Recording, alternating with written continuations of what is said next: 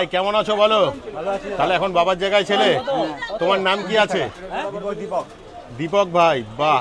তুমি পড়াশোনা কমপ্লিট না করছো? না, আমার কলেজ আছে। বাহ, কি কমপ্লিট হয়ে গেছে, বিটেক স্টার্ট করব। কেমন আছো বলো?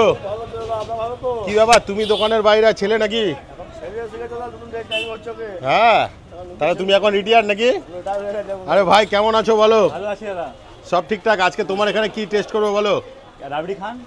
হ্যাঁ হ্যাঁ ভাই, তুমি কি নিতে এসছো বলো? বাহ, তো আজকে তোমাদের এখানে এটা একমাত্র কলকাতায় পাওয়া যায়, তোমাদের সেই বিখ্যাত প্যারা। প্যারা দুটো দাও, এখানে প্যারা খেয়ে দেখো। তুমি এত খাবার খেয়েছো তো, প্যারা খেয়ে দেখো দাদা, এখানে প্যারাটা খেয়ে দেখো। তো দেখো এই প্যারা কি এখন 10 টাকা করে এসছে নাকি? 10 টাকা। তুমি এসছো বলে 20 টাকা হয়ে গেছে। 10 টাকা। তো এ নাও, এটা প্যারা খাও। এখানে প্যারা কিন্তু খুব ফেমাস। আর তোমার নাম কি আছে দাদা? বাহ, এখানে কাছাকাছি জব করো নাকি? বাহ, এ নাও, তুমি এটা খেয়ে তো দেখো দাদা। তো এই প্যারাটা কিন্তু খুব ভালো। তা আমি কেন বাদ যাবো ভাই, আমায় একটা দাও।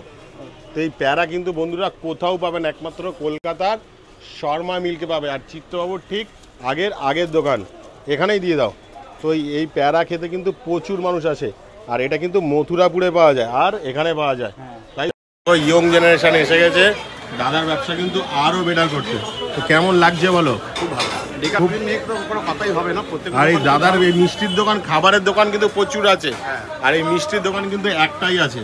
আর এই ভাইয়ের বাবা, ভাই যখন চলে এসছে, ইয়ং জেনারেশন। আর এই প্যারা কিন্তু খুব ভালো।